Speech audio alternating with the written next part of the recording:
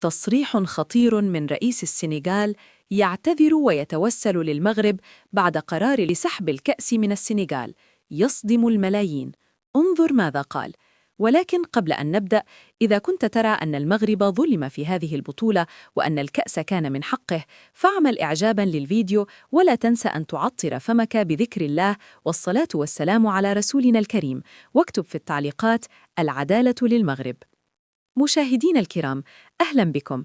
قد يشهد التاريخ لحظات انتصار ولحظات هزيمة، ولكن اللحظات الأكثر ندرة هي تلك التي يعلو فيها صوت الضمير والإنسانية فوق كل اعتبار.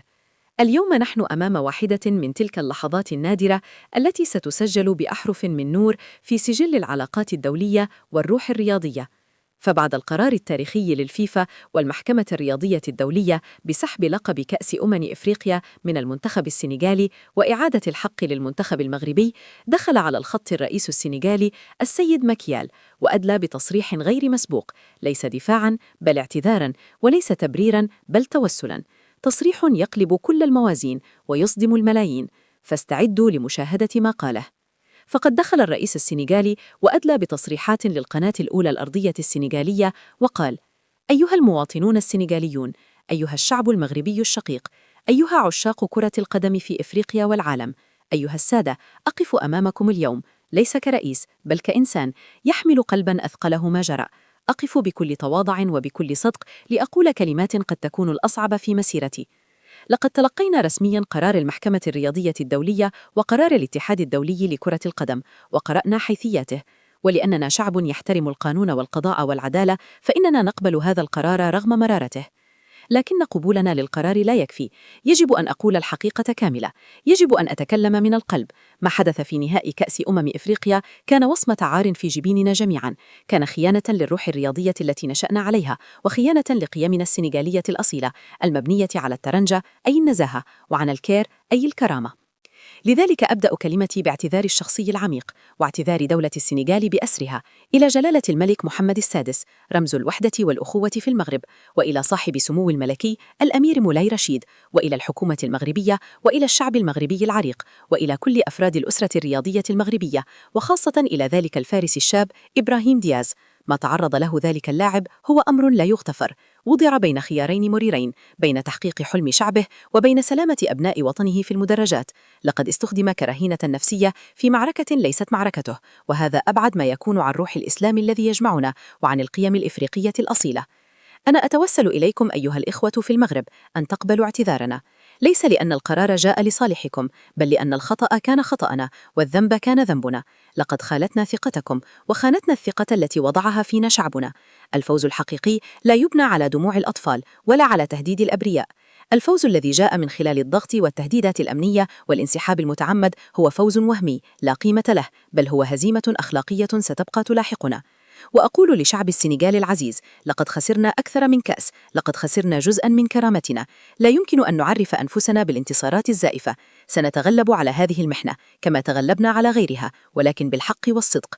وبناء على ذلك أعلن عن الإجراءات الفورية التالية: تسليم الكأس رسمياً إلى الجامعة الملكية المغربية لكرة القدم باعتبارهم الأبطال الشرعيين الأخلاقيين قبل أن يقرر القرار القانوني ذلك. تشكيل لجنة تحقيق وطنية مستقلة للتحقيق في كل الأحداث، في دور الجهاز الفني في الملابسات، عن الوضع الأمني، وفي أحداث الشغب المؤسفة التي تسببت في خسائر بشرية ومادية. كل من ثبتت إدانته سيحاسب أشد الحساب. التبرع بمكافآت الفوز التي حصل عليها المنتخب، وسيتم سدادها من الدولة إذا لزموا الأمر، كتعويض رمزي لعائلة رجل الأمن المغربي الذي لقي حتفه، وللجرحى من الجانبين. إيقاف المدرب اليوسي والجهاز الفني فوراً عن كل المهام ريثما تظهر نتائج التحقيق. دعوة رسمية لرئيس الجامعة الملكية المغربية لكرة القدم السيد فوزي لقجع وللمنتخب المغربي لزيارة داكار في حفل صداقة وإخاء، لنقول للعالم أن إفريقيا أقوى من أخطاء أبنائها.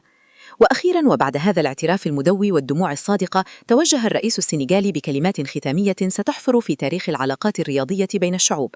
قال مخاطباً المنتخب المغربي: لقد قدمتم درساً عظيماً في الأخلاق والروح الرياضية الحقيقية التي افتقدناها نحن في تلك الليلة. في اللحظة الحرجة عندما كان العالم كله ينتظر رد فعلكم على انسحابنا غير القانوني وعلى التهديدات المبطنة وعلى الفوضى التي صنعناها، كان خياركم هو الأكثر نبلاً. فضلتم حياة الإنسان على مجد الكأس. كنتم أمام خيارين: إما المطالبة بحقكم القانوني والفوز باللقب وسط فوضى قد تتحول إلى مأساة، أو التضحية بالمجد لحماية الدماء، واخترتم الدماء.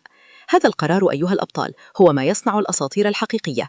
الأبطال الحقيقيون ليسوا أولئك الذين يرفعون الكؤوس فقط، بل أولئك الذين يرفعون قيم الإنسانية فوق كل اعتبار. لقد أثبتتم أن الشجاعة الحقيقية هي شجاعة الضمير، وأن العظمة الحقيقية هي عظمة الأخلاق. لذلك أقولها بكل وضوح: قد نكون نحن من حمل الكأس في تلك الليلة، لكنكم أنتم الأبطال في قلوب كل من شهد هذه الدراما، وستبقون أبطالاً في ضمير إفريقيا وفي قلوبنا نحن السنغاليين قبل غيرنا. مشاهدينا الكرام، ما شهدناه للتو ليس مجرد بيان سياسي، بل هو حدث إنساني نادر يمس صميم علاقاتنا كأشقاء في القارة الإفريقية. هذا الكلام الذي هز القلوب لم يأتي من لاعب أو مدرب، بل من رئيس دولة، من أعلى سلطة في السنغال. إنه اعتذار يتجاوز حدود الدبلوماسية الرسمية ليصل إلى لغة الضمير الإنساني المشترك. شاركونا رأيكم في ظل هذه التطورات العميقة. هل تعتقدون أن المغرب يقبل هذا الاعتذار الذي جاء من أعلى مستوى؟ هل تعيد مثل هذه المواقف الجريئة بعض الثقة المفقودة في المشهد الرياضي والسياسي الإفريقي؟ وهل كرة القدم الإفريقية قادرة على الخروج من هذه الأزمة أقوى وأكثر نزاهة؟ اكتبوا آراءكم وتفاعلاتكم في التعليقات، ولا تنسوا دعم القناة بالإعجاب والمشاركة والاشتراك لنشر الرسالة ولتكونوا جزءاً من هذا الحوار التاريخي.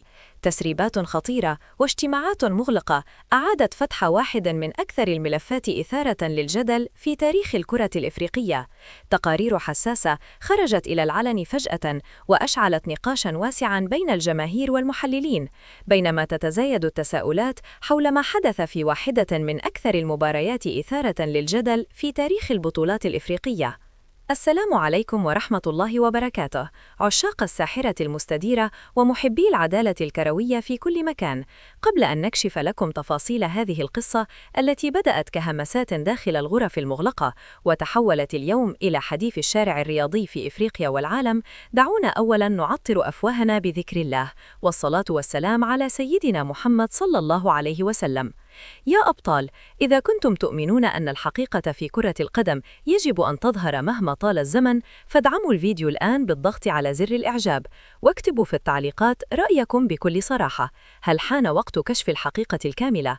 ولا تنسوا الاشتراك في القناة وتفعيل جرس التنبيهات، لأننا دائما نأتيكم بأهم الأخبار والتحليلات التي تشغل الشارع الرياضي. القصة بدأت بتسريبات مفاجئة خرجت من داخل اجتماعات حساسة مرتبطة بملفات تحكيمية وقانونية معقدة.